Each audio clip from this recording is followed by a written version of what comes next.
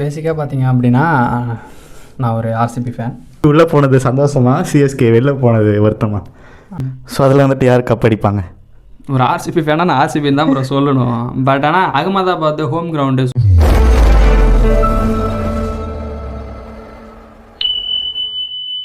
பொறுத்து தான் இருக்குது. ஸோ ஃபைனல் யார் யாருக்கு இருக்கும்? ஃபைனலில் தான் சொன்னேன், ஜிடி வர்சஸ் ஆர்சிபி தான் என்னோட yes sir. IPL 2026. So RCB உள்ளே போயிட்டாங்க. ஸோ எப்படி இருக்குது உங்களுக்கு? ஆர்சிபி உள்ளே போனது சந்தோஷமா, சிஎஸ்கே வெளில போனது வருத்தமா? பேசிக்காக பார்த்தீங்க அப்படின்னா, நான் ஒரு ஆர்சிபி ஃபேன். ஏன் அப்படின்னா எனக்கு வந்து புவனேஸ்வர் குமார் பிடிக்கும். ஸோ அதனால் நிறைய பேர் பார்த்தா அவங்களை திட்டுவாங்களே, நிறைய பேர் கலாய்ப்பாங்க. இது புவனேஸ்வர் குமாரை தெரில. எனக்கு வந்து ஒரு புவனேஸ்வர் குமார் ஃபேனை கலாய்க்க மாட்டாங்க, ஆர்சிபி ஃபேனாக கலாய்ப்பாங்க. அது ஒரு டீம்ஸ்குள்ளே இருக்கும் தான். இப்போ நிறைய பேர் வந்து விராட் கோலியால் ஆர்சிபி பிடிக்கும். பட் ஆனால் எனக்கு வந்து புவியால் தான் பிடிக்கும். இத்தனை வருஷம் நான் சன்ரைசர்ஸ் தான் ஃபாலோ பண்ணிட்டு இருந்தேன். ஒரு 10 இயர்ஸாக 2014 2024 வரைக்கும். இப்போ 2 இயர்ஸாக வந்து ஆர்சிபி சப்போர்ட் பண்ணுறேன். புவி வந்ததுக்கப்புறம் நல்லா ஒரு அடிஷனாக தான் இருக்குது. ஸோ அதனால் எனக்கு ஆர்சிபி தான் பிடிக்கும். அதனால் சென்னை போனதுனால எனக்கு இதுவான்னு கேட்டால், எனக்கு சென்னை போனதுனால ஒரு சந்தோஷம்லாம் கிடையாது. ஆனால் சென்னை போனது எனக்கு வருத்தம் தான். பிகாஸ் எனக்கு தோனி பிடிக்கும். எனக்கு ஸ்டார்டிங்லேருந்தே எனக்கு தோனி பிடிக்கும். ஸோ அதனால் எனக்கு ஒரு சின்ன வருத்தம் தான். பட் ஆனால் அவங்க நிறைய மிஸ்டேக் பண்ணிட்டாங்க. அது இன்டர்னலாக அது டீம் பெர்ஃபார்மன்ஸை தாண்டி ஸ்ட்ராட்டஜிக்காகவே நிறையா தப்பு பண்ணிட்டாங்க அந்த டீம். ஸோ அது பண்ணதுனால அவங்க அப்படி இருக்கு. என்ன தப்பு பண்ணாங்க ப்ரோ? இப்போ மெகா ஆக்ஷன் அப்படிங்கிறது 3 இயர்ஸ் கொண்டு நடக்கும்.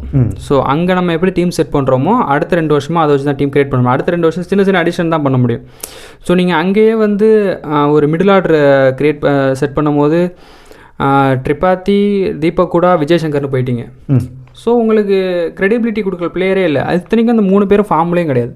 ஓகே, ட்ரிபாத்தி கொஞ்சம் ஃபார்மில் இருந்தாரே தவிர மற்றபடி பாக்கி தீபக் கூடாவோ இல்லை பர்ஃபார்மன்ஸ் இல்லை. அப்புறம் ஏன் எடுத்தீங்கன்னு கேட்டால் எக்ஸ்பீரியன்ஸ்க்காக போகணுன்ட்டு போயிட்டாங்க. ஸோ பட் ஆனால் அந்த பெர்ஃபார்மன்ஸ் அவங்க எதிர்பார்த்த பெர்ஃபார்மன்ஸ் அந்த டீம் கொடுக்கல. இப்போ நீங்கள் போயிட்டு அதுக்கப்புறம் ரீப்ளேஸ்மெண்ட்டாக எடுத்தவங்க தான் ஆயுஷ் மாத்ரேவாக இருக்கட்டும், ரிவால் பிரிவேஸாக இருக்கட்டும் எல்லாம். இப்போ நீங்கள் யங்ஸ்டர்ஸ்க்கு போகிறீங்கன்ட்டு திருப்பி யங்ஸ்டர்ஸ்க்கு வந்து 14 கோடிக்கு 2 யங்ஸ்டர்ஸ் எடுக்கிறீங்க. ஸோ அங்கேயுமே தப்பு. நான் யங்ஸ்டர்ஸ் எடுத்த தப்புன்னு சொல்ல, அந்த 14 கோடியுமே அது அவங்க தப்பு கிடையாது. அது வந்து சன்ரைசர்ஸ் வந்து காபி அமரன் தெளிவாக ஏற்றி விட்டு போயிட்டாங்க. நல்லா ஜம்முன்னு ஏற்றி விட்டு அப்படியே காலர் தூக்கி விட்டு போயிட்டே வந்துட்டாங்க. அதனால் ஸோ 28 கோடிக்கு நீங்கள் யார் எடுத்துருக்கலாம் யோசிச்சு பாருங்கள். ஜேசன் ஹோல்டர் எடுத்துருக்கலாம். டேவிட் மில்லர் 2 கோடிக்கு போனார், 2 கோடிக்கு எடுத்துருக்கலாம். இப்போ நீங்கள் ஜேசன் ஹோல்டர் எடுத்து வச்சிருந்தா உங்கள் மிடில் ஆர்டரு ஒரு ஆல்ரவுண்டர் பர்ஃபார்மன்ஸுக்கு ஓகே செட்டாக இருக்குது. இல்லை டேவிட் மில்லர் எடுத்திருந்தால் ஃபினிஷிங் கரெக்டாக இருந்திருக்கும். ஸோ இந்த மாதிரி பிளேயர்ஸ் எல்லாம் விட்டுட்டு நீங்கள் 2 யங்ஸ்டர்ஸ் போட, அந்த 2 யங்ஸ்டர்ஸுக்குமே பிரசாந்த் வீரை ஏன் எடுத்தீங்க, ஜடேஜா மாதிரி இப்போ எடுக்கலான்ட்டு அவருக்கு இன்னும் 8 பாலோ 10 பாலோ தான் போட்டிருக்காரு. ஸோ மொத்தமாக எல்லா இடத்துலையுமே தப்பு. அதனால் சென்னை வந்து அதுக்கான ஒரு ரிசல்ட் கிடச்சிருக்கு. அதுக்காக ஒரு ரிசல்ட் கிடச்சிருக்கு கண்டிப்பாக. Okay bro. ஸோ இதுக்கு முன்னாடி ஒரு 4-5 பேர் இன்டர்வியூ எடுத்தேன். ஸோ அவங்க என்கிட்ட என்ன சொன்னாங்க அப்படின்னா, ஸோ எனக்கு சென்னை தோற்றது ரொம்ப வருத்தமாக தான் இருக்குது. அவங்க சென்னை ஃபேன் தான். ஸோ தோற்றது ரொம்ப வருத்தமாக இருக்குது இந்த மாதிரி ஒரு மோசமான பர்ஃபார்மன்ஸ்லாம் சொல்லிவிட்டு, ஸோ ஒரு மேட்சாவது நாங்கள் தோனி களத்தில் பார்த்துருக்கலாமே, ஸோ ஒரு மேட்சாவது நாங்கள் பார்த்துருக்கலாமே அப்படின்றத வந்துட்டு சொன்னாங்க. ஸோ அது ஒரு க்ரேஸ் இருக்குல்ல, ஸோ அது எப்படி இருக்குது? தோனிக்கான கிரேஸ் வந்து என்றைக்குமே குறைய போகிறது கிடையாது. ஸோ அந்த ஒரு மேட்ச் கூட இறங்கலை இந்த சீசனில். ஸோ அது எப்படி அது வந்து மேனேஜ்மெண்ட் சைட்லேருந்து கொஞ்சம் ப்ராப்பராக சொல்லியிருக்கலாம். இப்போ எப்படி ஒரு பிளேயர் இன்ஜுரி வந்து ரூல்ட் அவுட் ஆகிறாங்களோ அதுமாதிரி சொல்லியிருக்கலாம். அது கொஞ்சம் வெயிட் பண்ணி அவங்க அந்த டிக்கெட் காசுக்காக பண்ணாங்களா எனக்கு தெரியல. ஸோ அது ஒரு மிஸ்கம்யூனிகேஷன் கொடுத்தது, ஃபேன்ஸுக்கு கொடுத்தது வந்து ரொம்ப தப்பு தான். இன்றைக்கி ஒரு வாரம் நாளைக்கு ஒரு வாரம் ஒரு ஃபஸ்ட் ஸ்டார்டிங்கில் சொன்னாங்க ஒரு 2 வீக்ஸ் வர ஆட மாட்டாங்க. 2 வீக்ஸ் யாரும் எதிர்பார்க்கல, தோனி 2 வாரம். நீங்கள் அதுக்கப்புறமா அவரால் ஆட முடியாதுன்னு ஒரு நிலமை வந்தப்போ சொல்லியிருக்கணும். சீசன் ஃபுல்லாக ஆடலன்னு சொல்லியிருந்தீங்க அப்படின்னா ஃபேன்ஸ் வந்து ஒரு ப்ரிப்பேர் ஆகிருப்பாங்க. இந்த ஃபேன்ஸ் ஒன்றும் அந்தளவுக்கு எதுவும் தெரியாத ஃபேன்ஸ் கிடையாது. இதுதான் சுச்சுவேஷனாக அது அடாப்ட் ஆகிட்டு போகிறது தான் ஃபேன்ஸ். பட் ஆனால் நீங்கள் அதை சொல்லலை. ஸோ அதனால தானே அவங்க எதிர்பார்க்குறாங்க. நீங்கள் எதிர்பார்க்க வச்சது தான் மிஸ்டேக்குன்னு நினைக்கிறேன். எதிர்பார்க்க வச்சு டிக்கெட் காசு ஏற்றிட்டாங்க. டிக்கெட் காசு ஏற்றுனாங்க, தண்ணி விற்றுட்டாங்க. ஏற்றலை, விற்றுட்டாங்க. So sorry, விற்றுட்டாங்க. விற்று க்ளோஸ் வந்துட்டு எல்லாம் பண்ணிட்டு கடைசி நேரத்தில் தோனி விளாட்லங்கிற தாண்டி அவர் கிரவுண்டுக்கே வரல. வந்ததே ஒரு மேட்ச்சு, அது அந்த கடைசி மேட்ச் வந்து ஃபேர்வெல் மாதிரி வந்தார். எல்லாருக்கும் வந்து டென்னிஸ் பேட்டில் பால் அடிச்சுட்டு போனார். அந்த ஒரு மேட்ச் தான் அவர் வந்து ஸ்டேடியத்துக்கு வந்தது. மற்ற எந்த மேட்சுக்கும் ஸ்டேடியம் எல்லாம் ப்ராக்டிஸ் மேட்ச் ஆடுறாரு. ஸோ அங்கே ப்ராப்ளம் ஏதோ ஒரு கன்ஃபியூஷன் ஏதோ போயிட்டுருக்கு. அந்த கன்ஃபியூஷன்ஸை கிளாரிஃபை பண்ணாமல் நீங்கள் ஃபேன்ஸை இது பண்ணது தான் தப்புன்னு நான் சொல்கிறேன். ஃபேன்ஸ் இது பண்ணுறது தான் தப்பு. Okay bro. ஸோ நெக்ஸ்ட்டு வந்துட்டு ஆர்சிபி ஃபைனல் போயிட்டாங்க. ஸோ வந்துட்டு இன்னும் 2 டீம் இருக்குது. ஸோ ஒரு டீம் உள்ளே போகணும். ஸோ எந்த டீம் போவாங்க? 2 டீமில் ஆர்ஆர் ஜிடி இருக்குது. என்னோடய இதுபடி பார்த்தா ஜிடி தான் போகும்னு நினைக்கிறேன். பிகாஸ் வந்து அவங்களுக்கு பவுலிங் ஸ்ட்ராங்காக இருக்குது. அங்கே வந்து சூரியவம்சி இருக்கார். ஸோ பேசிக்காக நீங்கள் சின்ன பையன் ப்ரோ. பேசிக்காக நீங்கள் பார்த்தீங்கனாலுமே 2 டீமுமே பெரிய பேட்ஸ்மேன்ஸ் கிடையாது. இவங்க டீமே ஒரு 2-3 பேட்ஸ்மேன் தான், அவங்க டீம் மொதல் 2-3 பேட்ஸ்மேன் தான். ஸோ எந்த டீமோட பவுலர்ஸ் பெர்ஃபார்ம் பண்ணுறாங்க அப்படிங்கிறது தான் இங்கே ரிசல்ட்டாக வந்து நிற்க போகுது. நீங்கள் அந்த சைடு பார்த்தீங்கன்னா சிராஜ், ரபாடா, ஹோல்டர், ரஷித் கான், அதுக்கப்புறம் அர்ஷத் கான் ஆடினார். போன மேட்ச்சுக்கு குஜராலி ஆடினார். ஸோ இந்த சைடு நீங்கள் பார்த்தீங்கன்னா எல்லாருமே யங்ஸ்டர்ஸு. ஆர்ச்சர் மட்டும் ஸ்ட்ராங்காக இருக்கார். யஷ்ராஜ்னு ஒருத்தர் இருக்கார் நினைக்கிறத spinner. So bowling side compare பண்ணிங்க அப்படின்னா ஜிடி தான் வந்து ஸ்ட்ராங்காக இருக்குது. பட் கிரிக்கெட்டில் என்ன நடக்கும்னு நமக்கு தெரியாது. நேற்றையே வந்து எஸ்ஆர்ஹெச் வந்து இப்படி ஒரு இது பண்ணுவாங்கன்னு நம்ம எதிர்பார்க்கல. எல்லாருமே எஸ்ஆர்ஹெச் தான் ஜெயிப்பாங்கன்னு சொன்னாங்க. பட் ஆர்ஆர் ஜெயிச்சிருச்சு. ஸோ நம்ம ரிசல்ட் அந்த மாதிரி ஒரு பர்ஃபார்மன்ஸ் பார்த்துருக்கீங்களா ஒரு சூரியவன்ஷி? ஸோ அவனோட பர்ஃபார்மன்ஸ் எப்படி இருக்குது? சூரியவம்சி பர்ஃபார்மன்ஸ் வந்து ஒரு அன்ரியல்னு சொல்லுவாங்களா, அந்த மாதிரி தான் இருக்குது. அது வந்து யாராலையும் இன்றைக்கி இவனை மாதிரி அடிக்கணும். ராஜஸ்தானில் வந்து ரொம்ப நாளாக அதை பண்ணிகிட்டு இருந்தவர் எஸ்எஸ்வி ஜெய்ஸ்வால் தான். ஜெய்ஸ்வால் வந்து அது ரொம்ப வருஷமாகவே அந்த அட்டாக்கிங் பிளான் பண்ணிகிட்ருக்காரு. அது தெரில எனக்கு, ஸ்டார்டிங்லேருந்தே அவர் பண்ணிகிட்ருக்காரு ஆர்ஆருக்கு. பட் இப்போ இந்த என்ன ஆயிடுச்சு அப்படின்னா எஸ்எஸ்வி ஜெய்ஸ்வால் வந்து இப்போ ஒரு மாதிரி ஃபார்மில் இல்லாத மாதிரி இருக்கார். ஏன் அப்படின்னா கான்ஃபிடென்ஸ் போயிடுச்சு அவருக்கு. எனக்கு யோசிச்சு பாருங்கள், அவரும் ஓப்பனர், எதுக்கு அடிக்கிற ஒரு ஓப்பனர். ஸோ ஆப்போசிட்டில் உங்களுக்கு தெரிஞ்ச உங்கள் கரியர் வந்து டவுன் ஆகிட்டுருக்கு, என் பிளேஸ் அவன் பிடிச்சிருவான்டா அப்படின்ட்டு இருந்தால் அவரை மேட்ச் பண்ண போய் இவருமே அவரோட விக்கெட்டையோ இல்லை அவரோட ஃபார்மையோ விட்டு 29 பாலுக்கு 28 ரன் அடிக்கிறான். 29 பாலுக்கு 97 ரன் அடிக்கிறான். அதுதான், அதை மேட்ச் பண்ணி தான் ஆகணும். நீங்கள் வந்து எனக்கு காம்படிஷன், இப்போ அவர் மிடில் ஆர்டர் பேட்ஸ்மேனாக கூட அவர் பார்க்க முடியாது. ஓப்பனிங் ஆடிட்டு இருக்காரு, அந்த பிளேஸ் எனக்கு வேணும்னா அவருக்கு ஈக்குவலாக நீங்கள் ஆடணும்னு போகிறப்ப நல்ல பால் அடிக்கிறத தாண்டி கெட்ட பாலே அடிக்க போவீங்க, பேட் பாலே அடிக்க போயிட்டு விக்கெட் விட்டுறீங்க. ஸோ அதுதான் எஸ்எஸ்வி ஜெய்ஸ்வால்கிட்ட ஒரு மாதிரி ப்ராப்ளமாக இருக்குது. எஸ்எஸ்வி ஜெய்ஸ்வால் அந்தளவுக்கு ஆனது காரணம் சூரியவம்சியோட பெர்ஃபார்மன்ஸ் தான். யோசிச்சு பாருங்கள், கிறிஸ் கெயில் வந்து 59 சிக்ஸஸ் ஒரு சீசனில் அடித்தாருன்னா 61 சிக்ஸ் அடிச்சிருக்காரு இந்த சீசனில். இன்னும் 2 மேட்ச் இருக்குது, அட்லீஸ்ட் 2 மேட்ச் இருக்குது, மேக்ஸிமம் மினிமம் ஒரு மேட்ச் இருக்குது. ஸோ அந்த மாதிரி ஒரு பெர்ஃபார்மன்ஸ் வந்து இது வரைக்கும் யாராலுமே கொடுக்க முடியல. ஓகேவா, 6 ஹிட்டிங்கில் அபிஷேக் சர்மா நல்லா 6 அடிப்பார். அதையும் தாண்டி இவர் அந்த பெர்ஃபார்மன்ஸ் போயிருக்காருன்னா சும்மா அந்த கச்சாமச்சாலாம் அடிக்கல. ஒரு சுற்றினேன் போனேன் எட்ஜ் வாங்கி போச்சு அப்படிலாம் இல்லை. மிடில் ஆஃப் த பேட்டில் ப்ராப்பராக அடிக்கிற ஸ்ட்ரைட்டில் அந்த ஷார்ட் ஆடுறாரு, கவர்ஸில் ட்ரைவ் ஆடுறாரு, அதை அப்படியே கொஞ்சம் லாஃப்ட் பண்ணி எக்ஸ்ட்ரா கவரில் 6 அடிக்கிறார். ஸோ அவரோட ஷார்ட்ஸுமே ஒரு மாதிரி கிரிக்கெட்டிங் ஷார்ட்ஸாக தான் இருக்குது. சும்மா அடித்தோம் சுற்றினேன் போனேன் வந்தேன் அப்படிலாம் அடிக்கல. ஸோ அவர் இன்ஜுரி பார்த்துக்கிட்டு டெக்னிக்ஸை இன்னும் கொஞ்சம் டெவலப் பண்ணிக்கிட்டு இருந்தார் அப்படின்னா அவரோட ஃப்யூச்சர் இந்தியாவில் நல்லாவே இருக்கும். இந்தியாவில் நல்லாயிருக்கும். ஓகே ப்ரோ, இப்போ வந்துட்டு நான் ஒரு ரீல்ஸ் ஒன்று பார்த்தேன். ஸோ வந்துட்டு அந்த குஜிலி மஸ்து பண்ணிட்டாங்க அப்படின்றது. ஸோ அது எப்படி இருந்தது? ஸோ ஆர்சிபியை குஜிலி மஸ்து பண்ணுவாங்களா? எந்த டீம் போய் பண்ண போகிறாங்க? ஆர்சிபியை குஜிலி மஸ்து அதுதான் கிரிக்கெட் எல்லாருக்கும் அதே தான் இதாக இருக்குது. சிஎஸ்கே தோற்றதெல்லாம் யாருக்கும் பிரச்சனை கிடையாது, ஆர்சிபி கப்படிக்கக்கூடாது. இது எப்படின்னா 9 டீமும் சேர்ந்து அந்த ஒரு டீமை போட்டு அடிக்கிற நிலைமைக்கில் தான் போயிடும். லாஸ்ட் இயருமே அதான் நடந்துச்சு. பட் ஆனால் கப் அடிச்சிட்டாங்க.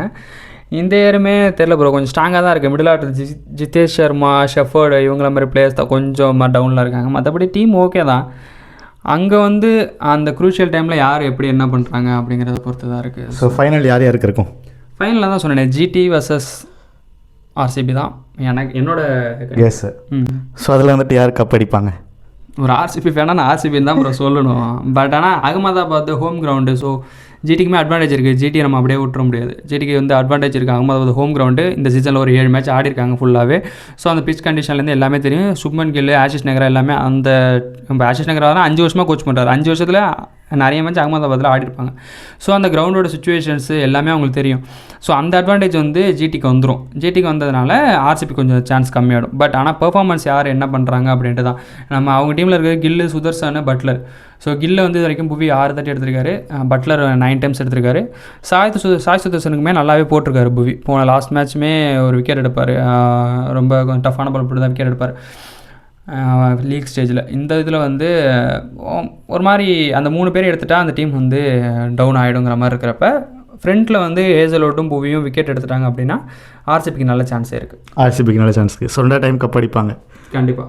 அடிக்கணுங்கிறது தான் நிறைய பேரோட ஆசை, என்னோட ஆசையும். ஓகே, ஒரு போன வருஷம் வந்துட்டு அதை அடித்து ஸோ அந்த கிரவுண்டில் வந்துட்டு ஒரு 11 மெம்பர்ஸ் வந்துட்டு டெத் ஆனாங்க. ஸோ அந்த மாதிரி ரொம்ப சிவியராக வந்துட்டு போயிட்டுருக்கு. ஸோ ஏன் அவ்வளோ ஆக்ரோஷமாக அதை செலிப்ரேட் பண்ணுறாங்க? அதாவது ப்ரோ, இப்போ அது வந்து ஒரு கப் அடித்ததுனால அத்தனை பேர் சாவலை, அந்த செலிப்ரேஷன் பண்ண போனதுனால பட் ஆனால் அது ஒரு ப்ரீ இன்டிமேஷன் பண்ணல. அது வந்து அது அவங்க சைடு தப்பு தான், ஃபேன் சைடு நீங்கள் சொல்ல முடியாது. இப்போ யோசிச்சு பாருங்கள், உங்களுக்கு இத்தனை வருஷமாக ஒரு வெயிட் பண்ணிட்டு வந்திருக்கீங்க, 17 வருஷமாக ஒரு விஷயம் வெயிட் பண்ணிவிட்டு அவங்க பார்க்காத ட்ரோல் கிடையாது ஆர்சிபி ஃபேன்ஸ். நான் அவங்க நியாயம்லாம் படத்தில் நானாக தான் போயிருக்க மாட்டேன். யாருமே வந்து அந்த மாதிரி கூட்டம் இருக்குன்னா வீட்டுக்கு போயிட வேண்டியதான். அதுதான் வந்து கரெக்ட் நிறைய விஷயத்தில். பட் ஆனால் அதை அவங்க தாண்டி அவங்களோட அந்த எமோஷன்ஸை கண்ட்ரோல் பண்ணணும் போயிட்டாங்க கூட்டம் வந்துருச்சு. அங்கே வெளியே வர முடியாது, உள்ளே போக முடியாது, அந்த சுச்சுவேஷன் ஒன்றும் பண்ண முடியாது. ஸோ அங்கே ப்ராப்பர் மேனேஜ்மெண்ட்டில் ஃபஸ்ட்டு விஷயம்.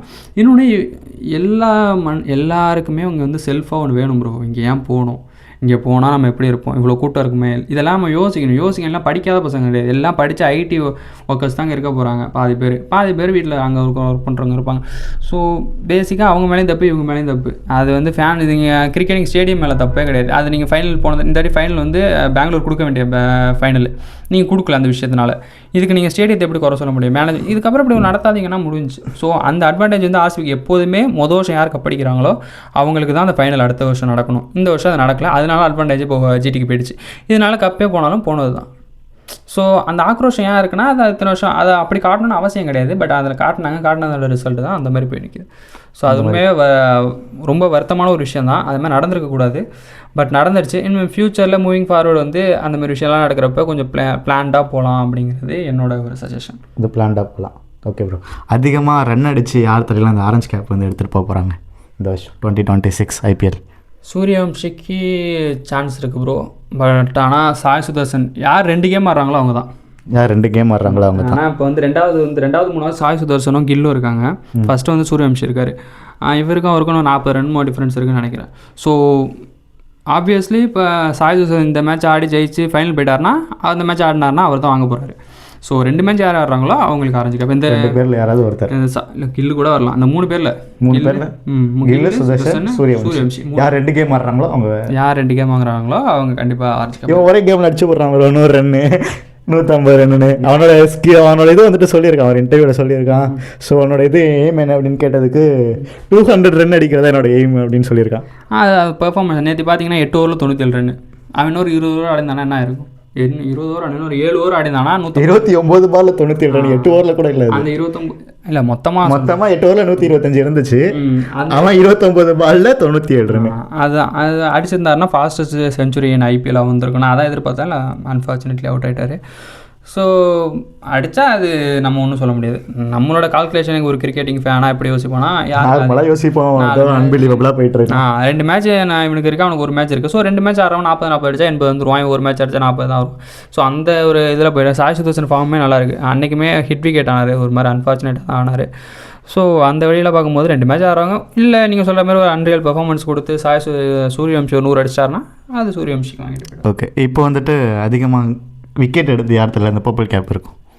இப்போ வரைக்கும் புவிகிட்ட தான் இருக்குது. பட் ஆனால் அது எனக்கு தெரியல. என்னை பொறுத்தவரை நான் ஒரு புவி ஃபேனாக இத்தனை வருஷம் வெயிட் பண்ணேன். 2016, 17 2 வாங்கினார். அதுக்கப்புறம் ஒரு டீமில் கம்பேக் கொடுக்கணும். அதுக்கப்புறம் வந்து ஒரு பர்பிள் கேப் வாங்கணும் தான் இத்தனை வருஷம் நான் பார்த்துருக்கேன். எனக்கு வந்து அவர் அதுக்கப்புறம் 2022க்கு அப்புறம் கிரிக்கெட் ஆடல, இந்தியா கிரிக்கெட் ஆடல. அதுக்கப்புறம் நான் லோக்கல் யூபி T20 லீக்கு, அதுக்கப்புறம் வந்து விஜயகாசாரி ட்ராஃபி, இதெல்லாம் தான் அவரை ஃபாலோ பண்ணிகிட்ருக்கேன். ஸோ அப்படி இருக்கிறப்ப இந்த வருஷம் அவர் இந்த மாதிரி ஒரு ஃபார்ம் காட்டுறது வந்து எனக்கு ரொம்ப சந்தோஷமாக இருக்குது. அப்போயுமே அவரோட பேர் ஓடிஐ டீமில் இல்லை. ஏஜ் கன்சர்ன் சொல்லலாம். என்ன தான் ஏஜ் கன்சர்ன்ஸ் இருந்தாலும் ஆஷிஷ் நகர் அதுக்கப்புறம் ஒரு 38 வயசுக்கு மேலே வந்து கம்பேக் கொடுத்து தான் ரிட்டையர் ஆனார்.